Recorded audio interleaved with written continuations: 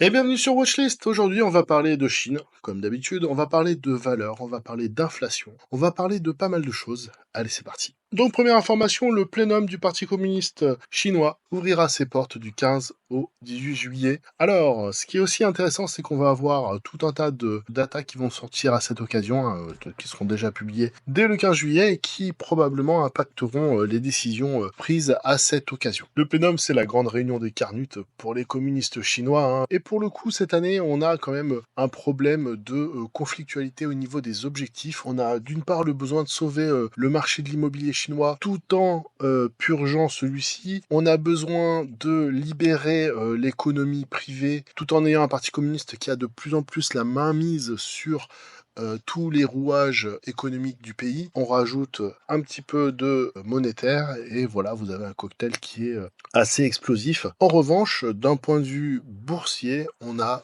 une remontée du Hang Seng. Déjà du début de l'année au 20 mai, on a eu vraiment une belle remontée. C'était quasiment arrivé aux 20 000 points. Là, on voit que on a sur cette période-là un beau petit pic et pour le coup, la correction qu'il y a eu a été importante, mais pas tant que ça, hein. Donc, on est toujours entre guillemets en tendance haussière. On peut se dire que là, pour l'instant, le marché achète la rumeur. Est-ce qu'il vendra la nouvelle sur les 19-20 000? Je sais pas. Là est la question, mais en tout cas, on a des entreprises, hein, comme on l'a vu plusieurs fois, qui sont des entreprises qui sont sous-valorisées, qui ont des trésoreries qui sont très importantes, et donc des capacités de rebond qui sont, ma foi, assez phénoménales. Alors, autre sujet, c'est les batteries. Alors, les batteries, notamment les batteries de véhicules électriques, on a les LFP batteries, donc lithium, fer, phosphate, qui sont de plus en plus présentes, hein, sur le marché des batteries. Ça représente là, pour le coup, actuellement 40% des batteries au global. Et ce qui est intéressant, c'est que ces batteries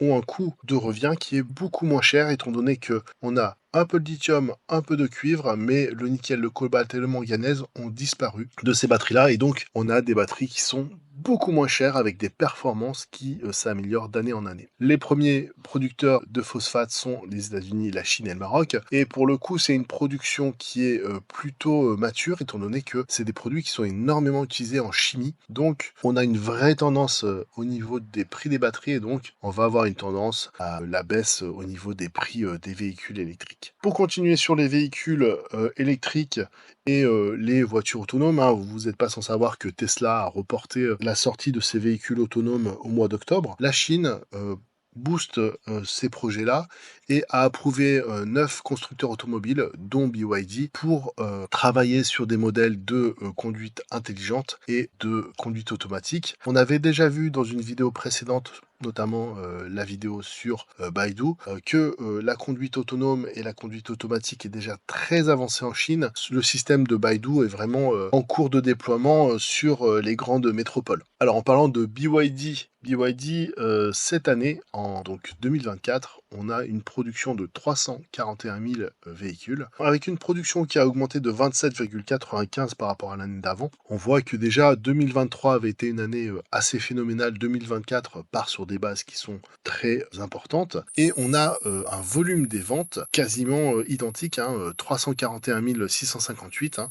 Donc vraiment, on produit vraiment ce qu'on arrive à vendre. Et pour le coup, si on regarde pareil, le volume de vente en year to year, il augmente de 28,46%. L'année dernière, en juin 2023, on était à 253 000 véhicules vendus. Encore une fois, on est sur des pourcentages de progression qui sont très très impressionnants pour l'entreprise BYD. Alors l'avantage, c'est que BYD, sur les ventes par contre à l'étranger, sur le mois de juin, on est plutôt faible, on est à 26 900 véhicules. En revanche, si on regarde juin 2023, il faut voir quand même que la progression sur les ventes à l'étranger est assez impressionnante, étant donné qu'en juin 2023, la marque BYD n'avait vendu que 10 000 unités. Donc on a déjà doublé les ventes à l'étranger par rapport à 2023. Alors, le cours de bourse, est-ce qu'il est équivalent aux ventes, aux augmentations des ventes de BYD? Eh ben, c'est pas tout à fait le cas. On a eu donc la grosse désaffection sur les valeurs chinoises, hein, jusqu'à fin février. Et puis, comme le Hang Seng, on a une remontée des cours quand même assez impressionnante, hein. On passe de 180 quasiment à 246. Mais là, on a encore du potentiel, hein. Par exemple, pour revenir au plus haut d'il y a un an, maintenant, il faudrait remonter encore de 6%, donc on a encore de la marge et puis l'entreprise continue de progresser. Donc, en ce qui me concerne, je vais continuer d'investir pour l'instant encore un peu sur BYD, dans le sens où on a vraiment encore une bonne marge de progression sur le cours. L'euro-yen japonais, sur la semaine écoulée, on a eu une intervention assez musclée de la BOJ. Le yen était arrivé à son niveau le plus bas en 38 ans. Selon Christophe Barrot, la BOJ n'intervenu pour à peu près 3,5 trillions de yens. Le GNL, le commerce mondial du GNL a augmenté.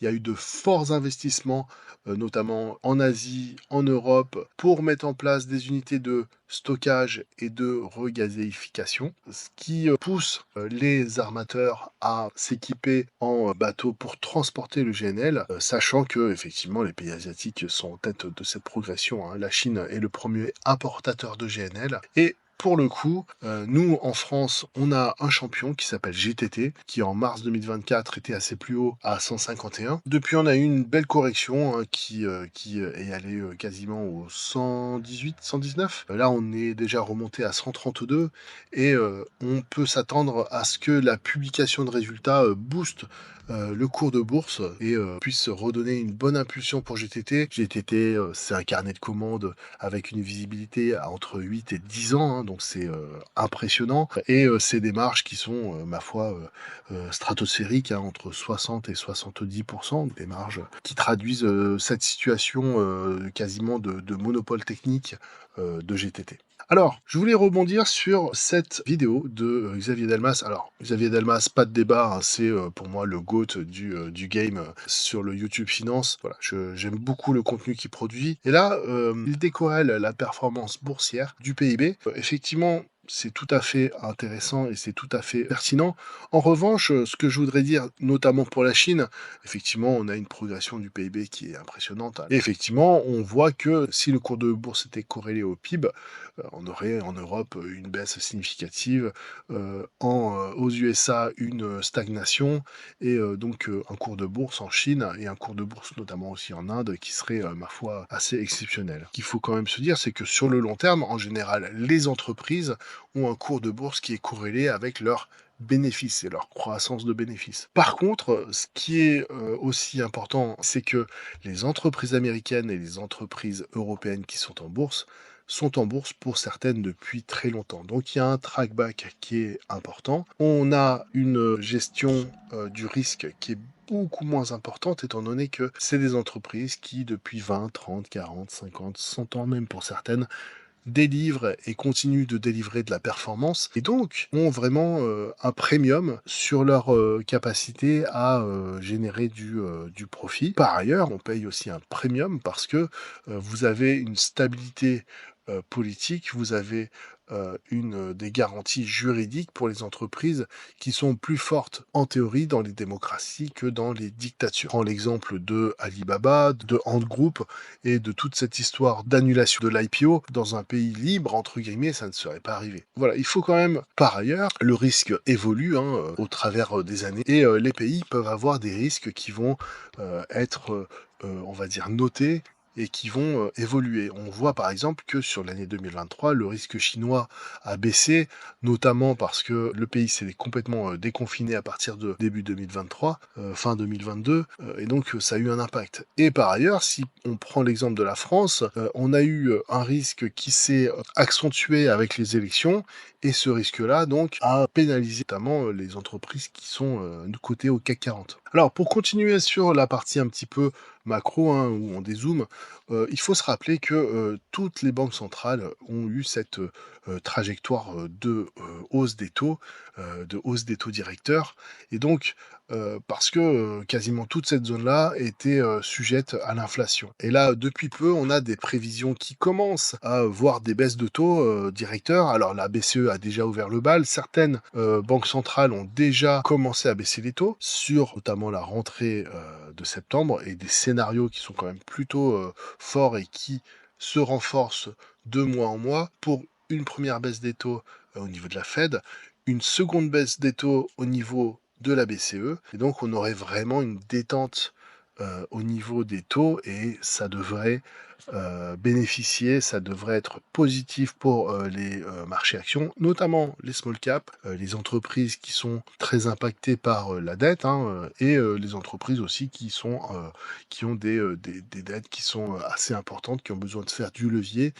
On pense, bien sûr, aux entreprises qui sont dans l'immobilier. Donc on peut espérer, hein, sur, la fin de l'année 2024, de bonnes surprises, à ce niveau-là. On voit que l'inflation de manière générale est en train de converger vers ce fameux, 2 hein, donc voilà, il faut espérer que, ça continue, dans, cette, trajectoire. Sur ce, je vous souhaite une très bonne journée et je vous dis à bientôt.